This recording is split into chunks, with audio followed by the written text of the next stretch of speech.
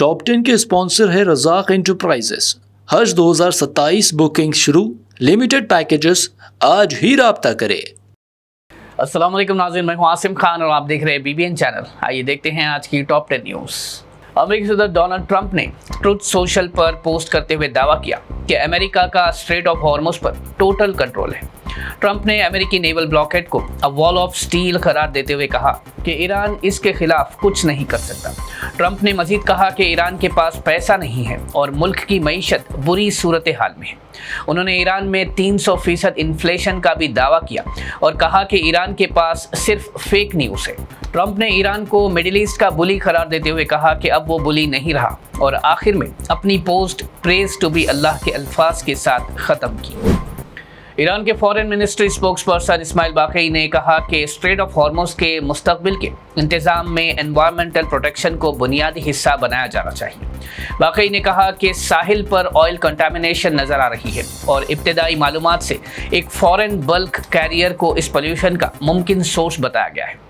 उन्होंने सवाल उठाया कि इस एनवायरमेंटल डैमेज की भरपाई की जिम्मेदारी एनर्जी कंज्यूमर्स, शिपिंग कंपनीज और इंश्योरेंस या उन पार्टीज पर होनी चाहिए जो रीजन में मिलिट्री ऑपरेशंस कर रही है। बाक़ई ने कहा कि जो भी पार्टीज स्ट्रेट ऑफ हॉर्मुज़ के जरिए कमर्शियल शिपिंग से फ़ायदा उठाती है उन पर पर्शियन गल्फ और सी ऑफ ओमान को पहुँचने वाले एनवायरमेंटल नुकसान को दूर करने की कानूनी और इखलाकी जिम्मेदारी भी बनती है। वज़ीर-ए-आज़म नरेंद्र मोदी ने जेन ज़ी नौजवानों को मुखातिब करते हुए कहा कि ज़िंदगी में शॉर्टकट लेने की आदत से बचना चाहिए क्योंकि शॉर्टकट आखिरकार इंसान को ही नुकसान पहुंचाता है। उन्होंने अंग्रेज़ी में कहा, shortcut will cut you short. PM Modi ने कहा कि आज का दौर रील्स और तेज़ नताइज का दौर है, लेकिन असल कामयाबी मेहनत, सब्र और लगातार कोशिश से मिलती है। उन्होंने नौजवानों से कहा कि आसान रास्ते की तलाश के बजाय अपनी सलाहियत और मेहनत पर भरोसा करें। उन्होंने जेन ज़ी को मशवरा दिया कि डिसिप्लिन, कंसिस्टेंसी और डेडिकेशन ही लंबी मुद्दत की कामयाबी का असल रास्ता है। कांग्रेस प्रेसिडेंट मल्लिकार्जुन खड़गे ने हल्द्वानी में उनकी रैली के बाद किए गए शुद्धिकरण का मामला राज्यसभा में उठाते हुए कहा कि उनके साथ ऐसा बर्ताव किया गया जैसे वो अछूत हो। खड़गे ने बताया कि उन्होंने रामलीला मैदान में एक रैली को खिताब किया था, जिसके 2 दिन बाद ही उसी जगह को एक ग्रुप ने हवन करके शुद्धिकरण किया। खड़गे ने राज्यसभा में सवाल उठाया कि क्या ये रवैया दस्तूर और जमहूरी कीमतों के मुताबिक है। कांग्रेस ने इल्ज़ाम लगाया कि वाक़या खड़गे की ज़ात और उनकी सोशल आइडेंटिटी की बुनियाद पर तफरीक को जाहिर करता है। उमर खालिद के वालिद डॉक्टर सैयद कासिम रसूल इलियास ने कहा कि उमर खालिद के खिलाफ असल में कोई केस नहीं है और उन्हें बिना किसी वजह के जेल में रखा गया है। उनका कहना है कि उमर को कैद हुए 6 साल गुजर चुके हैं, लेकिन इस दौरान मुकदमे का ट्रायल तक शुरू नहीं हुआ। डॉक्टर इलियास ने कहा कि इस सूरत हाल को देखकर लगता है कि उमर खालिद को जिंदगी भर जेल में रखने की कोशिश की जा रही है। उन्होंने उमर खालिद की रिहाई का मुतालबा करते हुए कहा कि इतने अरसे तक ट्रायल शुरू ना होना इंसाफ के निज़ाम पर भी बड़े सवाल खड़ा करता है। कॉकरोच जनता पार्टी के फाउंडर अभिजीत दीपके ने ऐलान किया है कि उनका जंतर मंतर सीजन 2 कैंपेन बहुत जल्द शुरू होने वाला है। अभिजीत दीपके ने कहा कि सोशल मीडिया पर लोग लगातार पूछ रहे थे कि जंतर मंतर प्रोटेस्ट का दूसरा सीजन कब शुरू होगा। उनका कहना है कि वॉलंटियर्स की मीटिंग के लिए बैंकेट हॉल बुक किया गया था, लेकिन आखिरी वक्त में बुकिंग कैंसिल कर दी गई क्योंकि बीजेपी की तरफ से हॉल के मालिक पर दबाव डाला गया। दीपके ने कहा कि सीजेपी को जितना रोकने की कोशिश की जाएगी उतना ही उनकी कैंपेन को मजबूती मिलेगी और अब बंद कमरे की मीटिंग एक पब्लिक गैदरिंग में तब्दील हो गई है। सीजेपी का कहना है कि नए मरहले में झारखंड में स्टूडेंट लीडर देवेंद्र नाथ की हंगर स्ट्राइक को मजबूत करना और गाँव में स्कूल एजुकेशन के हवाले से कैंपेन को आगे बढ़ाना भी शामिल है। कॉकरोच जनता पार्टी के को कन्वीनर सौरभ दास ने इल्ज़ाम लगाया है कि पुडुचेरी पुलिस ने उनके घर जाकर उनकी फैमिली से सवाल जवाब किए और उन्हें हरास किया। उन्होंने सवाल उठाया कि आखिर ये कार्रवाई किसके हुक्म पर की गई और इसका मकसद क्या है। दास ने इल्ज़ाम लगाया कि बीजेपी बैक पुडुचेरी गवर्नमेंट उनकी फैमिली को इंटिमिडेट कर रही है और ये सब यूनियन गवर्नमेंट के कहने पर किया जा रहा है। दास ने कहा कि अगर पुलिस की इस कार्रवाई का मकसद उन्हें खामोश करना है तो वो इससे डरने वाले नहीं हैं और अपनी सियासी सरगर्मियां जारी रखेंगे। दूसरी तरफ पुडुचेरी पुलिस ने दास के इल्जामात को रद्द करते हुए वाज़ेह किया कि उनके घर पर पूछगाछ इंडिपेंडेंस डे से पहले रूटीन सिक्योरिटी एक्सरसाइज का हिस्सा थी। Telangana BJP president N Ramachandra Rao ने इलेक्शन कमीशन की उस वजाहत का खैर मकदम किया है जिसमें कहा गया है कि नया family register certificate ongoing special intensive revision के दौरान आइडेंटिटी प्रूफ के तौर पर कबूल नहीं होगा। राव ने इल्जाम लगाया कि कांग्रेस हुकूमत एफआरसी के जरिए इलेक्टोरल रोल्स में इलीगल वोट बैंक्स को शामिल करने की कोशिश कर रही थी।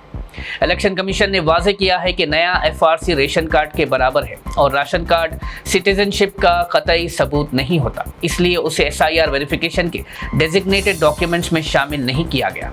ईसी ने यह भी कहा कि 25 जुलाई 2026 से पहले जारी पुराना एफआरसी वेरिफिकेशन के लिए कबूल होगा, जबकि उसके बाद जारी नया एफआरसी कबूल नहीं किया जाएगा। फिलहाल तेलंगाना हुकूमत इस फैसले के कानूनी पहलू का जायजा लेने के लिए लीगल ओपिनियन हासिल करने पर गौर कर रही है। Telangana chief electoral officer C Sudarshan Reddy ने वोटर्स को एसआईआर एन्यूमरेशन फॉर्म्स के नाम पर भेजे जा रहे फेक ईसीआई और सीईओ मैसेजेस और फोन कॉल से होशियार रहने की अपील की है। उन्होंने कहा कि फ्रॉडस्टर्स व्हाट्सएप लिंक्स और कॉल्स के जरिए ये दावा कर रहे हैं कि वोटर के एसआईआर फॉर्म रिजेक्ट हो गए हैं और उन्हें प्रोसेस कंप्लीट करने के लिए पेमेंट या बैंक डिटेल्स देनी होगी। सीईओ ने वाजे किया कि इलेक्शन कमीशन कभी भी एसआईआर वेरिफिकेशन के लिए पैसा, ओटीपी, बैंक अकाउंट डिटेल्स या व्हाट्सएप के जरिए पर्सनल फाइनेंशियल इंफॉर्मेशन नहीं मांगता। वोटर से कहा गया है कि ऐसे मैसेजेस या कॉल्स का जवाब ना दें, किसी लिंक पर क्लिक ना करें और सिर्फ ऑफिशियल ईसीआई या सीईओ तेलंगाना चैनल्स के जरिए ही अपनी वोटर वेरिफिकेशन से मुतालिक मालूमात हासिल करें। तेलंगाना हाई कोर्ट ने शादी मुबारक और कल्याण लक्ष्मी स्कीम्स के तहत पेमेंट्स पर फिलहाल स्टे लगा दिया है। जस्टिस श्रवण कुमार ने कल इंटरिम ऑर्डर्स जारी करते हुए हुकूमत को अगली समाअत तक इन स्कीम्स के तहत कोई पेमेंट ना करने की हिदायत दी है। हाई कोर्ट ने इंटरिम स्टे लगाते हुए अगली समाअत 9 सितंबर को मुकर्रर की है।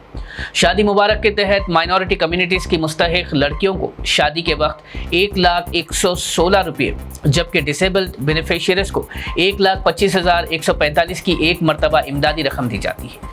कल्याण लक्ष्मी स्कीम के जरिए एससी, एसटी और ईबीसी फैमिलीज की मुस्तहिक लड़कियों को भी शादी के मौके पर इसी तरह की फाइनेंशियल असिस्टेंस दी जाती है, लेकिन ये बेनिफिट फिलहाल तेलंगाना हाई कोर्ट की तरफ से होल्ड पर रखा गया है। नाज़रीन, ये थी आज की टॉप 10 न्यूज़। देखते रहिए बीबीएन चैनल। मुझे दीजिए इजाज़त। अल्लाह हाफिज़। क्या आप भी हज 2027 की सआदत हासिल करने का ख्वाब देख रहे हैं? अब वक्त आ गया है अपने इस मुकद्दस सफर की मंसूबाबंदी करने का। रज़ाक एंटरप्राइजेस की जानिब से हज 2027 बुकिंग का बाकायदा आगाज। हज पैकेजेस के माहिरीन मुकम्मल रहनुमाई और मुशावरत, वीज़ा, टिकट, रिहाइश और ट्रांसपोर्ट का बेहतरीन इंतजाम, तजुर्बेकार और काबिल एतमाद टीम की खिदमत, आरामदेह क़याम, हर मरहले पर रहनुमाई और ताउन। आज ही राब्ता कीजिए। हज 2027 के महदूद पैकेजेस के लिए अपनी सीट अभी महफूज करवाएं। Razzaq enterprises, overseas man power consultant, हज एंड उम्रा specialist. Head office shop number 169, first floor, Babu Khan estate, Basheerbagh, Hyderabad.